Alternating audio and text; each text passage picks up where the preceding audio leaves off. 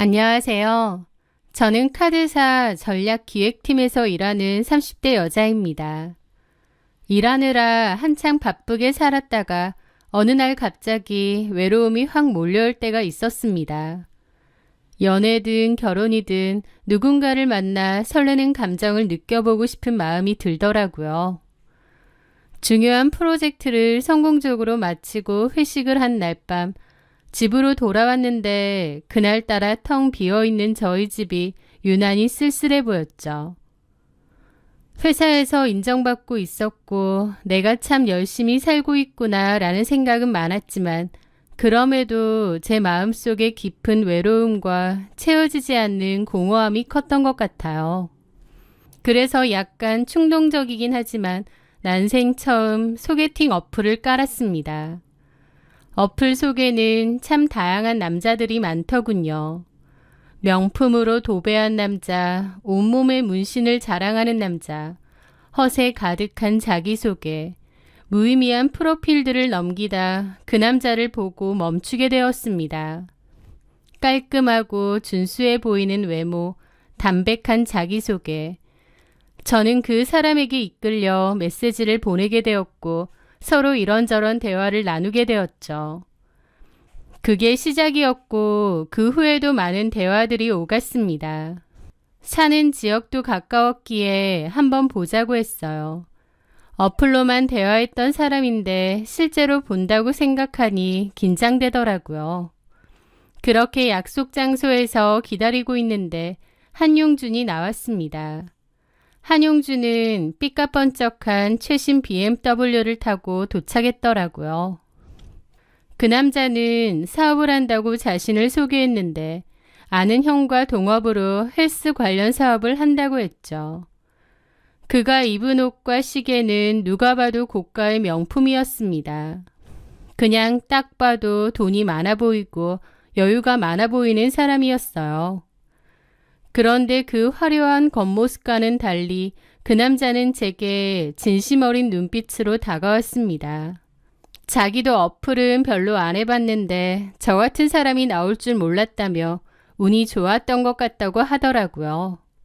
이제 와서 생각해보면 그것도 뻥인데 그때는 진짜인 줄 알았습니다.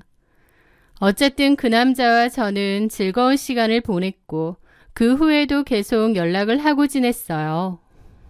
그러다가 그 남자는 제가 좋다고 했고 적극적으로 구애를 하더라고요. 나의 어떤 부분이 그렇게 좋았느냐 하니까 의외로 저에게서 지적인 부분이 많아서 좋았다는 겁니다. 저 어렸을 때부터 운동만 했던 사람이라고 얘기했었죠. 그랬죠. 야구부였다고. 맞아요. 야구부였다가 부상당하면서 야구는 그만두게 되고 지금은 그때 야구부 친한 선배였던 형이랑 헬스 관련 사업하는 거거든요. 하여튼 저는 학창시절 내내 운동만 했어서 그런지 솔직히 말해서 공부도 좀 못하고 머리에 든 것도 많지는 않아요.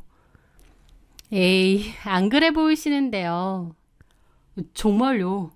그래서 예전부터 공부 잘하고 똑똑하고 자기 분야에서 전문성을 가진 여자분이 그렇게 멋져 보이더라고요. 예진 씨가 딱 그런 것 같아요. 학교도 좋은 데 나오고 대기업 다니고 대화해보면 교양도 넘치고. 저 그렇게 우아하고 교양 넘치는 사람 아니에요. 대화 좀 해보면 알죠. 저처럼 사업하는 사람들은요. 사람 만나서 얼굴만 봐도 대충 견적 나오거든요. 예진 씨는 확실히 좀 품격이 있는 것 같아요. 저랑은 좀 다른 성격. 그래서 더 끌리는 것 같고요. 그 말은 맞는 것 같습니다. 저랑은 좀 다른 성격과 분위기였는데 그래서 그런지 저도 그 남자에게 더 끌렸거든요. 호탕하고 남자다운 성격, 그러면서도 저를 존중하고 칭찬을 아끼지 않는 모습에 저도 그 남자가 마음에 들었습니다. 그리고 저희는 사귀게 되었습니다. 그 남자는 늘 최고급 레스토랑에서 식사를 했고 제가 무심코 예쁘다고 말했던 가방을 다음날 바로 선물하는 등 고가의 선물을 안겨주며 사랑을 표현했습니다.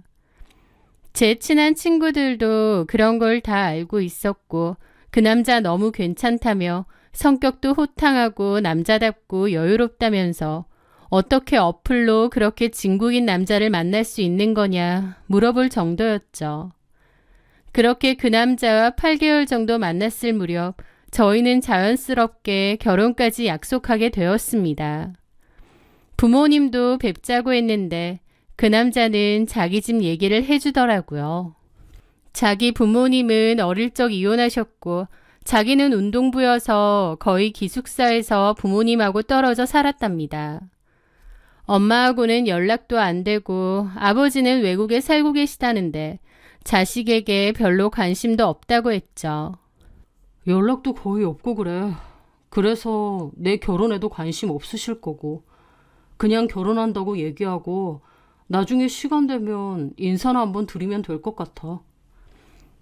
에이, 그래도 우리 집은 자기 집처럼 그렇게 가족끼리 돈독하고 화기애애하고 그렇지 않다니까. 그렇게 말하는 그의 눈빛이 좀 슬퍼 보이고 안쓰럽더라고요. 저는 그 남자를 꼭 안아주었습니다. 많이 외로웠구나. 내가 자기한테 좋은 가족이 되어줄게. 고마워 자기야. 그래도 나 괜찮아. 이렇게 잘 컸잖아. 멋지게 성공도 하고 이렇게 예쁘고 잘난 여자랑 결혼도 하고. 맞아. 우리 행복하게 살자. 나 그러려고 열심히 돈 버는 거야. 자기도 알지? 나 능력 좋은 거. 그럼 알지. 많은 나이도 아닌데 이렇게 사업으로 성공하고. 멋져. 맞아. 나 좀 멋진 놈 같아. 하여튼 나는 자기랑 결혼해서 멋들어지고 행복하게 살고 싶어. 내가 그래서 봐둔 집도 있어. 전부터 결혼하면 살고 싶었던 집. 그는 저희 지역에서도 가장 비싼 시세를 자랑하는 한 주상복합 아파트를 신혼집으로 해오겠다고 했습니다. 평수도 넓고 주변 인프라도 좋아서 시세가 굉장히 높은 곳이었죠. 그 얘기를 들었을 때 저도 상당히 놀랐습니다. 그 남자의 평소 씀씀이를 봐서는 사업으로 돈을 잘 번다는 건 알았는데 신혼집으로 그런 집까지 턱턱 해올 수 있다니 돈을 그렇게까지 잘 버나 싶더라고요. 어쨌든 그렇게 결혼 준비를 하게 되었고 친한 친구들에게도 이 소식을 전했습니다. 그런데 제 결혼에 유난히 큰 관심을 가지는 친구가 있었는데요. 바로 제 대학교 친구인 선아였어요.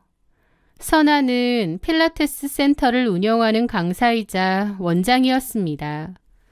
선아는 늘 사람들에게 필라테스 센터 운영을 한다고 말하고 다니고 원장님 소리를 듣고 다녔는데 사실상 적자가 심하고 거의 빚으로 운영된다고 늘 힘들어 하더라고요. 하여튼 선아가 제 얘기를 듣고는 유난히 부러워하는 겁니다. 뭐? 리버 팰리스? 헐, 거기 얼마나 비싼데. 안에 가봤어? 난 거기 사는 사람이 주변에 없어서 가본 적은 없는데. 나는 전에 아는 선배 언니가 거기 살아서 가봤는데 진짜 좋아. 거기 돈 많은 사람들 엄청 많고 주차장 가면 국산차는 찾아볼 수도 없어. 그 정도야? 와, 예진아, 너 진짜 인생 역전했다. 무슨 역전까지. 아니, 솔직히 네가 대기업 다니고 너도 능력 있는 건 맞지만 그래도 그런 집을 어떻게 살아. 돈이 얼만데. 월급쟁이 백날 벌어봤자 절대 못 가 그런 곳. 그렇긴 하지. 와, 용준 씨 대박이다. 하긴 그때 잠깐 봤을 때도 차도 엄청 비싼 거고 옷차림도 그렇고 돈 엄청 잘 버는구나 싶긴 하더라고. 와, 부럽다. 우리 정수는 언제쯤 잘 되는 거야? 아니, 잘 된 날이 오긴 하는 거야? 선아에게는 5년 정도 만난 남자친구가 있었는데요. 이름은 오정수이고 제가 소개해줬습니다. 정수랑 저는 고등학교 동창이었거든요. 애초에 선아가 정수에게 마음이 있어서 저한테 다리 좀 놔달라고 했기에 제가 그 둘을 연결시켜 준 거였죠. 정수는 정말 괜찮은 친구였습니다. 성실하고 우직하고 성격이 정말 좋았죠. 게다가 머리도 똑똑해서 고등학교 때도 늘 전교 5등 안에서 놀던 애고 학교도 좋은 곳을 졸업했습니다. 정수는 졸업 후 대기업에 근무하다가 퇴사하고 AI 관련 스타트업을 운영하고 있어요. 선아는 정수가 워낙 똑똑하고 야무지니까 사업도 잘 될 거라고 기대를 했는데 정수의 사업은 계속 고전을 면치 못하고 있었습니다. 적자만 겨우 면하는 수준이었고 매출도 적었죠. 그러면서 선아는 정수에게 많이 실망했다고 했습니다. 선아는 남자를 만날 때 능력과 자산이 중요하다고 믿는데 정수가 돈을 제대로 못 벌고 있으니 실망이 컸던 거죠. 그래서 가끔은 저에게 정수에 대한 노골적인 불평을 쏟아놓기도 했습니다. 제 남자친구는 능력도 좋고 돈도 잘 벌어서 그 비싼 신혼집도 해온다는데 정수는 성공할 기미도 안 보이고 뒷바라지 하는 것도 지친다면서요. 솔직히 선아가 딱히 뒷바라지 하는 건 없긴 한데 어쨌든 선아는 정수에 대한 불만이 크더라고요. 제가 중간에서 소개를 해준 입장으로서 선아가 그런 얘기를 할 때면 괜히 민망하고 미안하기도 했습니다. 그래도 정수 정말 좋은 사람이잖아. 성실하고 너밖에 모르고 또 사업이라는 게 원래 시간이 걸리기도 하고 운도 중요하대. 워낙 똑똑하고 야무진 애니까 네가 조금만 더 믿고 기다려줘. 정수가 멋지게 성공하면 너한테 근사하게 프로포즈 할 거래. 에휴, 됐다 그래. 내가 그놈의 성공 기다리다 내 젊고 예쁜 시절 다 날렸어. 솔직히 정수가 학교도 좋은 데 나오고 똑똑한 것 같아서 무조건 잘 될 줄 알았는데 사업이라는 게 꼭 머리 좋다고 잘 되는 건 아닌 것 같아. 네 남친만 봐도 사업적으로 성공하는 사람은 따로 있는 게 아닌가 싶어. 정수는 미래가 안 보여. 괜히 오래 만났나 봐. 솔직히 영양가가 없어, 영양가가. 헤어지는 게 맞나 싶기도 하고. 에이, 그래도 그렇지. 영양가가 뭐냐? 내가 틀린 말 했어? 너는 영양가 좋은 남자친구 만났다 이거지? 하면서 막 비꼬더라고요. 저는 무슨 말을 해도 선아가 꼬아드는 것 같아서 그냥 어색하게 웃고 말았습니다. 정수가 참 괜찮은 남자인데 불평불만을 쏟아놓는 선아를 보며 씁쓸했지만 또 한편으론 선아도 지친 마음이 있어서 그러려니 하고 넘겼습니다. 그런데 선아가 그러더라고요. 근데 네 남친 용준 씨 말이야. 도대체 무슨 사업이라서 그렇게 잘 돼? 헬스 관련 사업이라고 안 했나? 나도 운동 사업하고 있잖아. 맞아. 너도 필라테스 센터 운영하는 거니까 둘이 통하는 게 있겠다. 그럼 다음에 기회 한번 만들어줘. 기회? 아니다. 그러지 말고 우리 넷이서 놀러 갈래? 넷이서? 커플 여행으로. 어때? 재밌을 것 같지 않아? 재밌겠네. 그럼 우리 가보자. 내가 계획은 짤게. 그렇게 선아의 주도 아래 4명이서 함께 1박 2일로 여행을 가기로 했습니다. 이 이야기를 들은 제 남자친구는 가평에 있는 최고급 풀빌라를 예약했어요. 거기 놀러 가자면서요. 그렇게 넷이서 갔는데 선아는 여행지에 도착하자마자 제 남친 차를 보고 부러워하더라고요. 이거 최신형이잖아요. 와, 비쌀 텐데. 차 너무 멋져요, 용준 씨. 아, 그런가요? 근데 용준 씨 같아서 더 멋있는 것 같아요. 솔직히 별 볼 일 없는 찌질이 같으면 그냥 그런데. 용준 씨가 키도 크고 피지컬도 좋잖아요. 얼굴도 훈남이고. 그래서 이런 차가 더 잘 어울려요. 칭찬이 너무 과하신 거 아닌가요? 저 마음에 없는 칭찬 안 해요. 다 진심이에요. 그러면서 서로 웃고 장난치더라고요. 그때까지만 해도 서로 성격이 활발해서 잘 친해지나 보다 싶었고 별 생각이 없었습니다. 그런데 풀빌라에 도착해서는 좀 가관이더라고요. 선아는 자기 남자친구인 정수는 거들떠보지도 않고 제 남자친구 옆에 찰싹 붙어 앉아 고기나 먹을 걸 접시에 올려주기 바쁜 거예요. 그리고 어느새 제 남자친구더러 오빠라고 부르더라고요. 오빠, 사업 아무나 하는 거 아니라던데 정말 대단하세요. 엄청 잘 된다고 하던데 노하우가 뭐예요? 솔직히 저도 필라테스 센터 운영하는데 잘 안 되거든요. 사업 운영 노하우 같은 거 있음 저도 좀 알려주시면 안 돼요? 라고 하질 않나. 오빠 같은 사람이랑 결혼하는 예진이는 정말 복 받은 것 같아요. 전생에 나라를 구했나 봐. 라면서 웃으며 제 남친 어깨도 때리고 기대고 불편한 추파를 던지는 겁니다. 그걸 지켜보는 저는 좀 불쾌해졌죠. 솔직히 저도 저지만 정수도 무슨 꿔다 놓은 보릿자루나 투명인간 취급을 하는 것도 좀 그랬죠. 좀 뭐지 싶긴 했지만 애써 좋은 분위기를 망치고 싶지 않아 그냥 가볍게 생각하려 했어요. 선아도 그렇고 제 남친도 워낙에 외향적이고 활발하고 사람 좋아하는 성격이다 보니 스스럼 없이 친해지나 보다 하고요. 정수도 성격이 둥글둥글 좋다 보니 선아가 그렇게 해도 그냥 좋게 넘어가는 것 같더라고요. 어쨌든 그렇게 불편한 여행을 갔다 왔는데요. 문제는 그 후부터였습니다. 그 뒤로 선아와 연락이 잘 안 되었거든요. 무슨 일 있나 싶었는데 정작 다른 친구들하고는 연락이 된다고 하더라고요. 그래서 나한테 뭐 서운한 게 있었나? 왜 그러지? 하던 찰나였습니다. 며칠 뒤 정수에게서 전화가 왔습니다.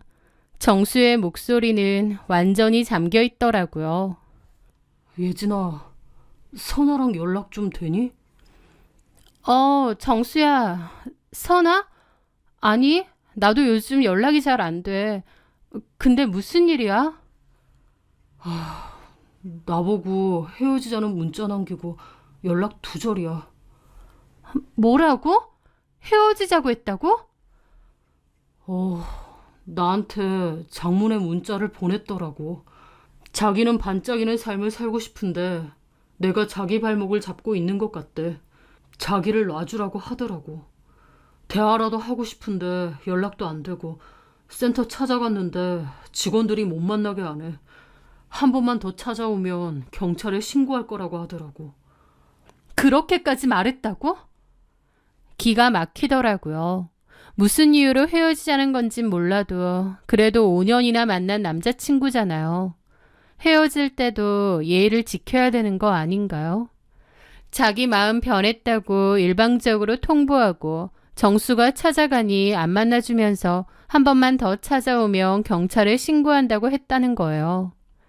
정수는 너무 힘들어했고 저도 화가 났습니다. 하지만 선아에게 물어보고 싶어도 선아는 제 연락까지 피하며 잠수를 탔어요. 아마 저랑 정수랑 친구 사이니까 제 연락까지 안 받는 모양이었죠. 그런데 그맘때 진짜 어이없는 일이 생겼습니다. 바로 제 남자친구 한용준 역시 연락이 잘 안 되는 거예요.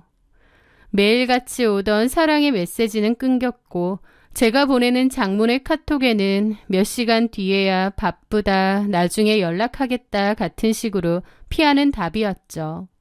연락도 안 왔고요. 그러더니 저한테 일방적으로 문자를 보낸 겁니다. 헤어지자고요. 선아가 정소에게 했던 방식 그대로 한용준이 저한테 헤어지자고 한 겁니다. 그때 깨달았어요. 아, 최선아랑 한용준 사이에 뭔가가 있구나. 그 둘이 뭔가가 있었던 거구나 라는 것을요. 게다가 제 예상대로 최선아와 한용준이 함께 있는 모습을 다른 친구에게서 전해 듣게 되었습니다. 알고 보니 그 둘은 커플 여행 갔을 때 눈이 맞았던 겁니다. 선아가 그렇게 한용준에게 치대고 끼를 부리더니 결국 그 둘은 몰래 연락처를 교환한 모양이었고 여행 갔다 와서 만나왔던 것 같더라고요. 최선아가 먼저 정수에게 헤어지자고 했고 그 후에 한용준도 저에게 헤어지자고 한 거고요. 기가 막혔고 이 사실을 정수에게도 이야기해 주었습니다. 정수도 기함하더라고요. 그리고 배신감에 너무 힘들어했습니다. 저는 다른 친구 폰으로 최선아에게 전화를 걸어 따졌습니다. 그런데 최선아는 조금도 미안한 기색 없이 그러더군요. 일이 이렇게 된 건 미안하지만 용준 오빠랑 나랑 서로한테 그냥 운명적으로 끌렸던 것 같아. 어쩌겠어. 사람 마음이라는 게 마음대로 되니? 오빠도 사실은 나처럼 화려하고 활발한 여자가 좋대. 사실 너는 좀 답답하고 지루할 때가 많았다고 하더라. 여행지 가서 아주 열심히 꼬시더니 성과가 좋네. 유치하게 비꼬지 마. 내가 언제 열심히 꼬셔. 그냥 오빠랑 나랑 통한 것뿐이야. 너 나한테 미안한 것도 없니? 나도 그렇고 정수한테도 미안한 거 없지? 인연이 끝난 것뿐인데 내가 뭘 미안해야 되는데? 막말로 너랑 용준 오빠 결혼이라도 했어? 아니잖아. 와, 너 이렇게까지 뻔뻔한 인간이었니? 함부로 말하지 마. 한용준이 외제차 타고 다니고 그 비싼 집 신혼집으로 해온다니까 눈이 돌아가디? 참나. 그렇게 비난하면서 정신승리하면 좀 나아지니? 너 나한테도 그렇지만 정수한테도 이러면 안 돼. 네가 뭔데 그딴 소리야. 네가 오정수 엄마라도 돼? 오정수랑 나랑 그냥 사귀다가 안 맞아서 헤어진 것뿐이야. 말이야 바른 말이지. 그냥 헤어진 게 아니라 더 조건 나아 보이는 사람한테 환승한 거지. 그래서 뭐 어쩌라고. 벤츠가 나타났으면 똥 차버리는 건 당연한 거 아닌가? 뭐라고? 정수가 왜 똥차야? 개똥차야. 사업한답시고 일 벌여놓고 아직도 그러고 있는 거 보면 모르니? 불쌍하면 네가 거두던가. 더 이상 우리 연락하지 말자. 그게 선아와의 마지막 연락이었습니다. 정수와 저는 너무 황당한 이별을 맞이했던 거죠. 정수도 어이없어 하고 저도 그렇고 저희 둘은 전에 잘 가던 동네 포장마차에서 술을 마셨습니다. 서로 위로를 해줘야 될지 한탄을 해야 할지 그 상황이 어이없더라고요. 서로의 연인들에게 뒤통수를 맞은 같은 처지였기에 저희는 서로 위로해주고 그냥 훌훌 털어버리자고 했습니다. 그러면서 종종 만나서 허심탄회하게 얘기도 하고 시간이 지나면 이런 것들도 다 웃으며 얘기할 수 있을 거라고 정신승리도 했죠. 그렇게 그맘때 정수를 자주 만나게 되었습니다. 그런데요. 그렇게 같이 하는 시간이 길어지면서 친구였던 서로에 대해서 또 다른 모습을 발견하기 시작했습니다. 배신이라는 같은 상처를 겪으며 저희는 서로의 아픔을 누구보다 잘 이해했고 어느새 서로에게 가장 큰 위로가 되어주었죠. 그런 과정에서 서로에게 안타까움 같은 것도 느꼈고 점차 친구 이상의 감정이 싹트기 시작했습니다. 그러다가 저는 정수와 연인 사이로까지 발전을 하게 되었어요. 연인들에게 차이고 서로 위로해주다가 정수랑 제가 마음이 맞아버렸던 거죠. 선아는 제가 정수와 만난다는 얘기를 듣고 다른 친구들에게 버려진 것들끼리 잘 만났네, 꼴 좋다라며 비웃었다고 했습니다. 하지만 최선아가 뭐라고 하든 저는 정수와 행복하게 잘 만나게 되었어요. 그리고 최선아와 한용준은 만난 지 5개월 만에 혼전 임신으로 결혼을 한다고 하더군요. 최선아는 한때 제가 신혼집으로 들어갈 뻔했던 그 비싼 주상복합에 들어가서 살게 되었다고 입이 귀에 걸렸습니다. 그 비싼 집안을 채우기 위해 고가의 혼수들을 채워 넣었는데 그 가격이 어마어마하더라고요. 저는 더 이상 최선아와 한용준의 얘기에는 관심이 없었고 정수와 예쁘게 잘 만나오고 있었습니다. 그런데 그맘때 정수의 사업이 대박이 터졌습니다. 그가 밤낮으로 매달렸던 AI 기술이 정부 지원 사업에 선정되고 대형 IT 기업에서 거액의 투자까지 받게 된 것이죠. 뒤늦게 정수의 성공이 빛을 발하기 시작했습니다. 그러면서 정수는 저에게 프로포즈를 하더라고요. 저도 그 프로포즈를 받았고 둘이서 행복한 미래를 꿈꾸기로 약속했습니다. 그런데 공교롭게도 그맘때 다른 친구에게서 최선아의 소식도 듣게 되었습니다. 최선아가 한용준과 결혼한 지 반년 만에 이혼을 준비한다는 거예요. 너 최선아 소식 알아? 아니, 궁금하지도 않아. 애 낳고 잘 살겠지 뭐. 아니야. 최선아 지금 난리도 아니야. 이혼 준비한대. 이혼 준비? 결혼한 지 얼마나 됐다고 이혼 준비야? 야, 네 전 남친 말이야. 최선아가 뺏어서 결혼한. 그 남자 완전 알거지 사기꾼이나 다름없더만. 뭐라고? 그게 무슨 소리야?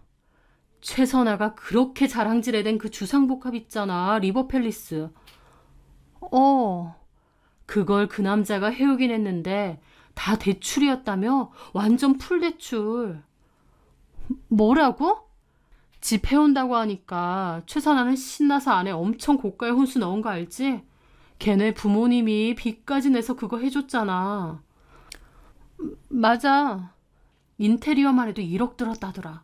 혼수 다 합치면 말도 못하지. 근데 알고 보니까 한용준이 그거 풀대출로 산 거래. 그러니까 같이 갚아야 되는 거지.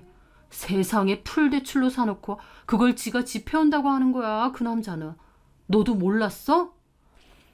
저는 전혀 몰랐습니다. 기가 막혔죠. 그 아파트가 집이 얼마짜린데 풀로 대출을 땡겨서 샀다니요. 아니, 미친 거 아니야? 왜 그렇게까지 무리해서 집을 샀대? 집만 그런 게 아니더만. 그 차도 완전 대출이고 그 남자 빚이 엄청나다던데. 알고 보니 그 사업도 잘 되는 거 전혀 아니고 빚잔치라며. 정말? 그 남자하고 다니는 거 쓰는 거 다 빚이었대. 일반 은행에서 안 되니까 사금융도 땡겨 쓰고 그랬다던데. 저는 너무 놀라 입을 다물지 못했습니다. 그 남자의 그 허울 좋은 모습이 사실은 다 빚이었던 거예요. 한마디로 빚 좋은 개살구였던 겁니다. 해온다고 큰 소리 떵떵 치던 그 집도 풀대출, 그것도 사금융까지 끌어쓴 대출이고 차며 옷이며 그 모든 게 전부 빚으로 휘감고 있었던 거죠. 최선아는 그것도 모르고 친정에서 빚까지 내서 비싼 혼수품 다 해주고 인테리어까지 해주고 결혼했던 거고요. 그 사실을 알고 둘이서 하루가 멀다 하고 싸우고 사기꾼이네 꽃뱀이네 하며 서로를 비난한다고 합니다. 최선아도 솔직히 빚 많았잖아. 필라테스 센터도 잘 안 되고. 그래서 결국 그 센터 내놨다더라. 둘이서 돈 때문에 죽자구나 싸운대. 선아가 아주 땅을 치고 후회한다더라. 게다가 정수 씨 요즘 엄청 잘 나가잖아. 내 남친? 그렇지.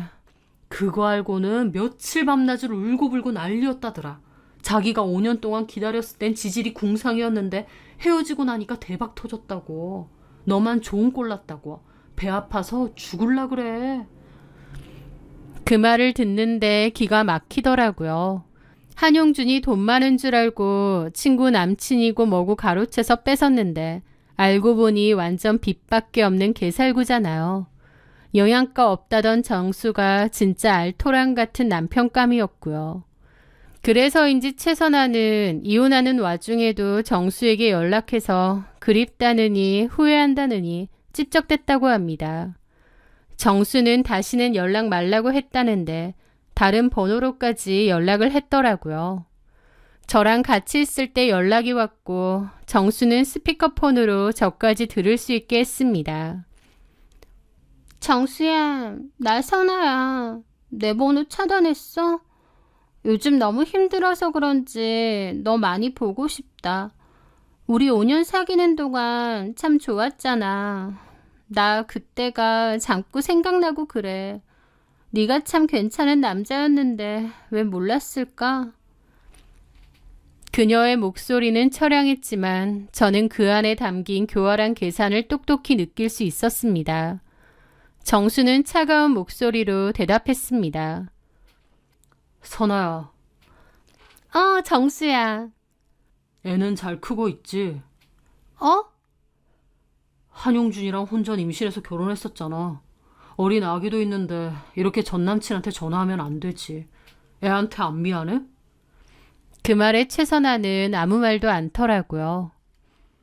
5년 동안 우리 잘 만났지. 근데 그 마무리를 네가 어떻게 했어? 네 말대로 영양가 없는 나 버렸잖아. 네가. 버린 게 아니고 뭐든 상관없어. 너랑 나랑은 이제 아무 사이도 아니니까. 그래도 너한테 고마운 건 있어. 네 덕분에 그냥 친구였던 예진이의 진가를 알게 되었고 나도 진짜 사랑을 만난 것 같아. 야, 예진이 걔 진짜 별로야. 계산적이고 한용준 개털인 거 알고 나한테 떠넘긴 거야. 하면서 없는 소리까지 하더라고요. 정수는 조근조근 팩폭을 했죠. 예진이는 네가 아니야. 그렇게 사람 계산하고 따지면서 만나고 그런 사람 아니라고. 너보다 내가 더 잘 알아. 뭐라고? 다시는 연락하지 마. 이렇게 좋게 받아주는 것도 이번이 마지막이야. 한 번만 더 연락하면 스토커로 경찰 신고할게. 네가 그때 나 신고하려고 했듯이 나도 똑같이 신고할 거야. 알았지? 정수의 말에 최선아는 어이없어 하면서도 아무 말도 못 하더라고요. 그렇게 정수는 그 번호까지 차단을 했습니다.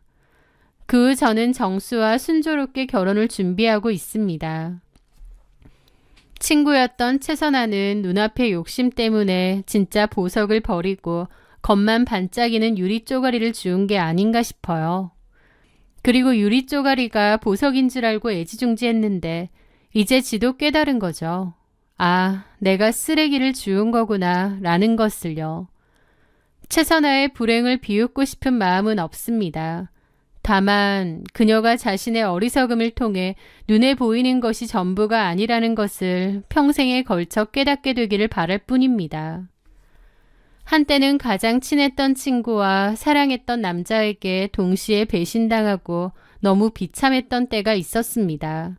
하지만 그 절망의 순간에 오히려 제 곁에 있었던 진짜 소중한 인연을 발견할 수 있었던 것 같아요. 어떤 아픔을 딛고 일어서면 더 나은 일이, 더 행복한 일이 기다리고 있다는 것을 다시 한번 깨닫게 되네요. 제 사연 들어주셔서 감사합니다.